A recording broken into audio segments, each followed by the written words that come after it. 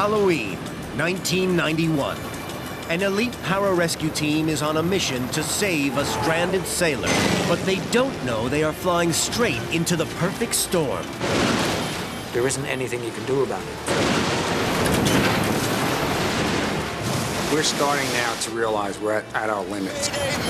Forced to ditch in the freezing Atlantic waters. Instantly, the blades contacted the water, and that's when it got really violent. Battling waves 10 stories high. Now it's the rescuers who need rescuing from the perfect storm. It was clear to me that ultimately I was going to drown.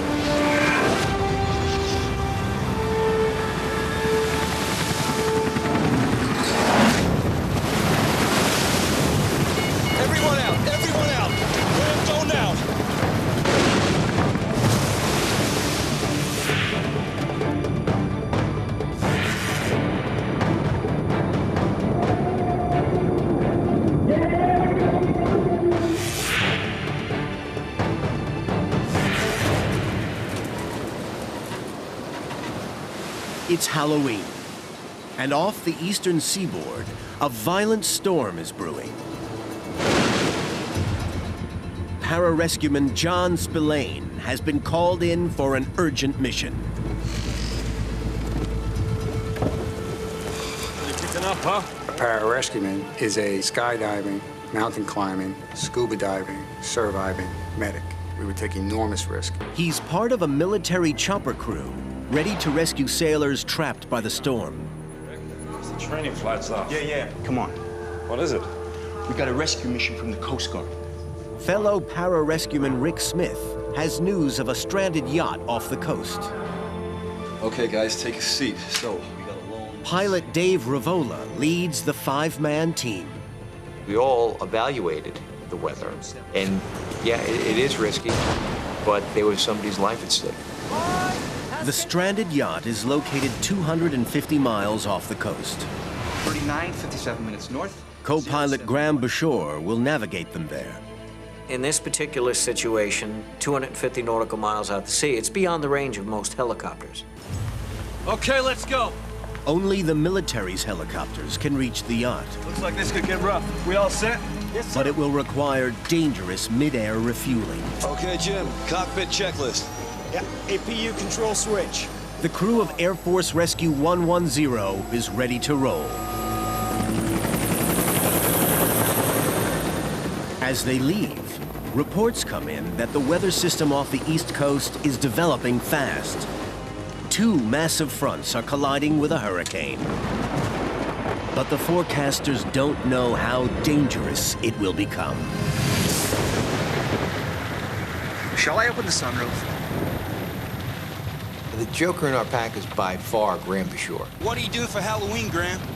I go to my sister Elaine's. We do a party there every year, like an annual thing. I loved helicopters, anything about helicopters. Rick was reserved on the quiet side, very professional. I guess it was an amazing time of my life. I was only married at this point 2 years. Half an hour in, and the crew get ready for the first refueling. Airspeed 120, altitude 1500. We've got 45 minutes of gas left. In these turbulent conditions, Dave Ruvola's skills as a pilot will be tested to the limit. Air Force Rescue 110. You need to overcome the anxiety and the fear factor of flying that close to another airplane. He needs to gently ease the helicopter's probe into a fuel line trailing behind a flying gas station. You know, you've got spinning rotor blades that are rotating around, you know, at a very, very high velocity. And obviously, if that hits anything, you know, there's going to be a problem. Okay, extending the refueling probe. Air Force Rescue 988 to Air Force Rescue 110. Copy that. It's like playing a video game and getting points. Way to go. Air Force Rescue 110. When you hit that drogue, even in clear weather, it's like, whoop, you know, we have contact. it always makes you feel good. The crew now has enough fuel to reach the stricken yacht. But as they plow on, weather conditions deteriorate. We become aware that the winds are very gusty. The waves are up to 40 feet. The youngest of the crew, Jim Mioli, has never flown in weather this bad. I just got out of school. I was very green. Nervous? I'm a little. Nerves are good.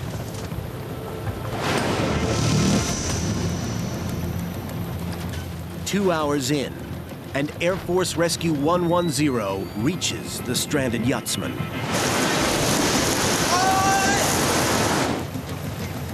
Air Force Rescue 110 to Air Force Rescue 988, we have visual contact. I don't like the look of this, Dave. Again, this guy in the boat, he looked to me like a rubber ducky in a bathtub, just getting splashed around here. The plan is for John and Rick to rope down into the sea. Pretty extreme, huh? Then Jim will hoist them all back to safety. But in this weather, it won't be an easy pickup. It sounds quite simple. Let's send a cable down. The big concern was getting everybody back into the helicopter. Okay, that looks rough. What do you guys think? It's Jim's responsibility to winch everybody safely back to the chopper. Can you get us any closer, Dave? That's about as close as I can go. I don't want to get too tight to the mast. It's his call whether or not they go for the rescue. And one of the big problems is with the hoist cable, it'll act like a cutter and literally cut through, you know, arms, cut off arms, or worse, maybe wrapped around that person's neck. Your call, Jim. How we doing back there, Jim? Nah, it's too risky. I can't do it. It was a tough decision. It really was. We went all the way out to try to get this guy up, and just, I didn't think I could do it. Okay, let's head back. Radio in the decision. Air Force 110 to Air Force 988, we are pulling out. I thought that took a lot of courage for Jim to speak up. To be right there looking at that survivor, ready to go. This mission. Air Force Rescue 110 heads back, leaving the yachtsman to wait for a ship rescue. But home is still 250 miles away, and the superstorm is building. Like throwing gasoline on a fire, colliding storm fronts are re-energizing an old hurricane to become a cyclone of epic proportions. These are tough conditions for refueling. But Dave must take on gas if he's going to get the crew back to base. I mean, we just knew that we were in for a hell of a ride.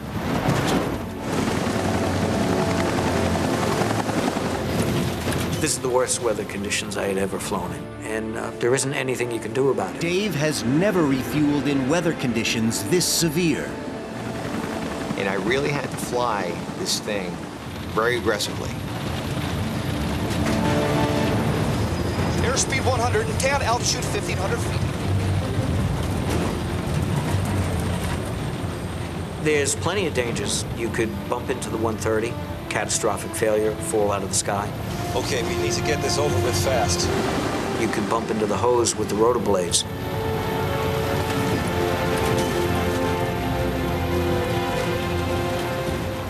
There was turbulence that was really rocking us left and right, up and down, any which way you can imagine. We were hanging on for dear life. Guys are vomiting. The airplane being buffeted, plus or minus 100 foot. I'm trying to go down, it's going up. We've got 20 minutes of gas. Fuel is running low, and they're still 100 miles from land. Where the hell is it gone?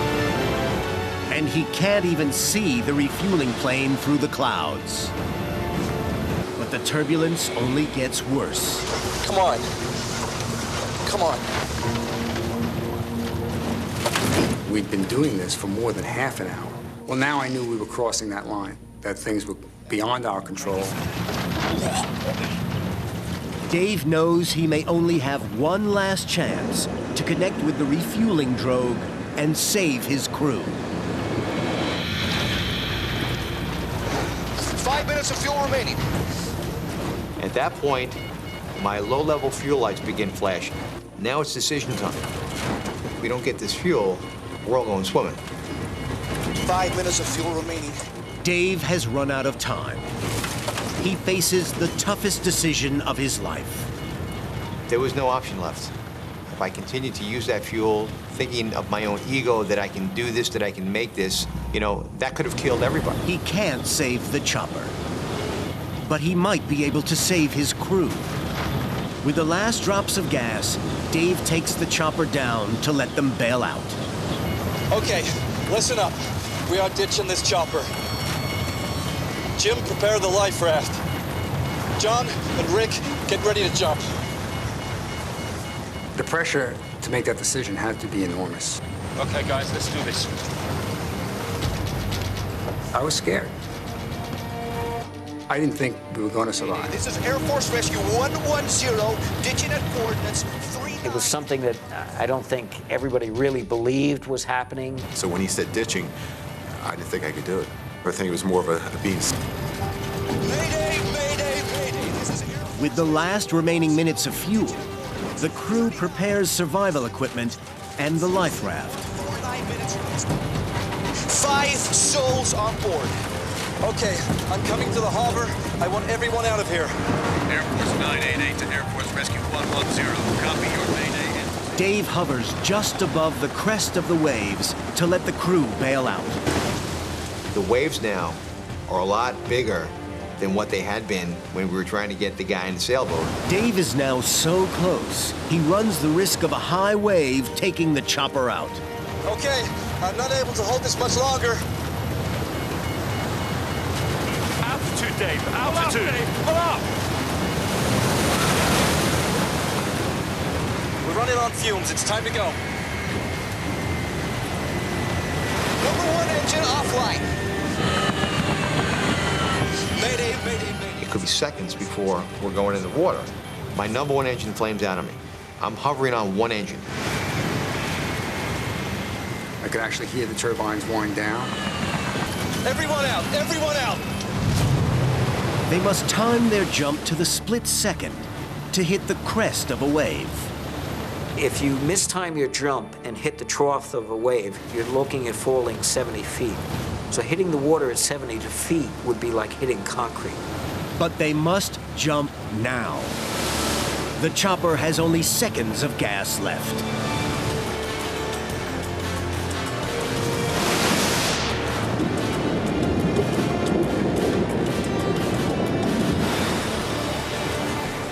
Rick vanishes.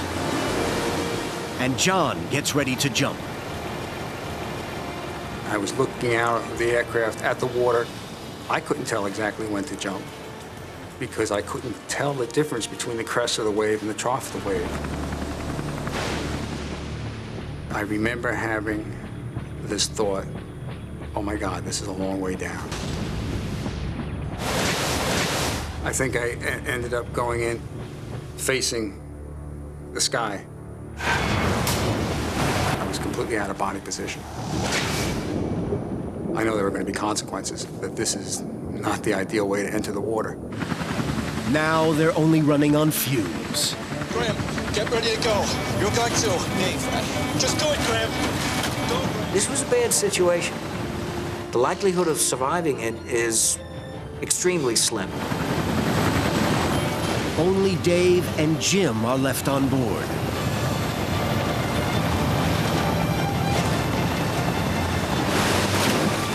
I pushed out the raft. The raft blew up, but then all of a sudden it just went black and the raft literally just kind of blew away. Stunned by the ferocity of the storm, Jim can't bring himself to jump. I just sat back on the floor of the helicopter. Dave didn't know I was back there. Unaware, Dave gets ready to ditch. My mind was thinking in terms of seconds, what had to be done sequentially, 1 second after the other. Without any thought for his own safety, Dave flies on a safe distance from his crew. I felt for Dave having to take the helicopter in. Dave's out of luck. The second engine flames out.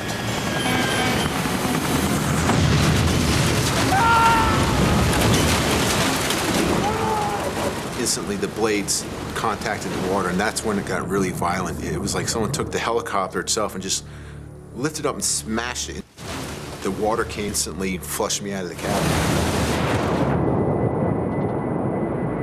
The helicopter immediately filled with water. I mean, the only thought was to get out of the aircraft immediately. But Dave's door is jammed. And I'm thinking to myself, this door is not going to open.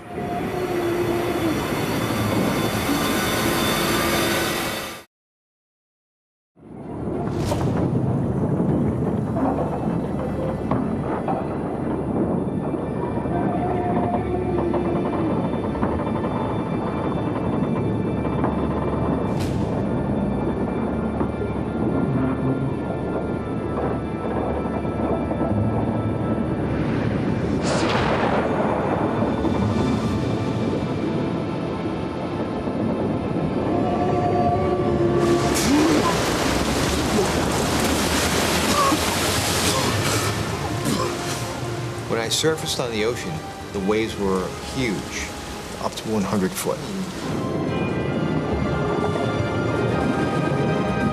Dave hardly takes a gulp of air before the waves suck him under again. Now I'm in this, huge wash machine of tremendously large waves, really very, very intense.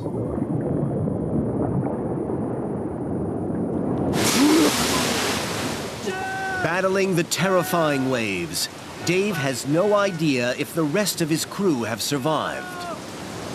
Is anybody there?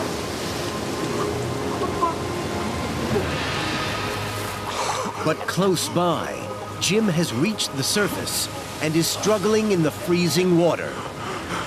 I was under long enough to where I took in some water and I had to vomit it up.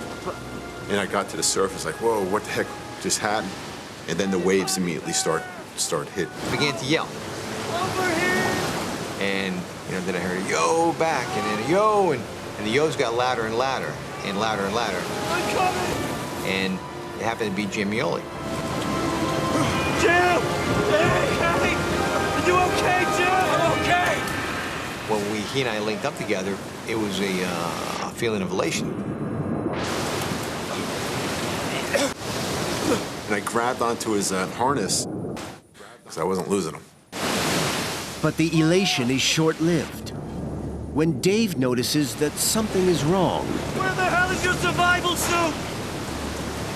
And I realized immediately that he did not have his exposure suit on. He was already cold. In his desperation to release the life raft, Jim has failed to put on his survival suit. In the freezing 55-degree water, his life expectancy is just a few hours. Here! Put this on! Dave offers his hood, risking his own chances of survival, but buying his crewmate valuable time. Got it! I put my hood on his head just to help him out, to maintain any body warmth. Dave and Jim are on their own. Keep him there, Jim! As far as they know, Keep him there! the rest of the crew are dead. Hold on tight, Jim! I got you!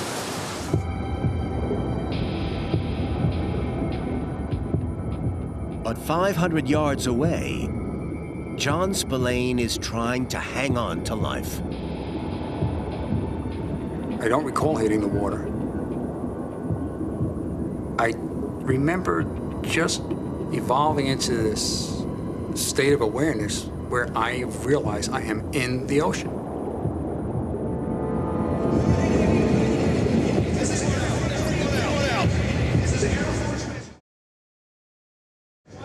The next thing I recognize is I'm experiencing a lot of pain. John has fallen a terrifying 70 feet into the trough of a wave. Hitting the water at that height is like hitting concrete.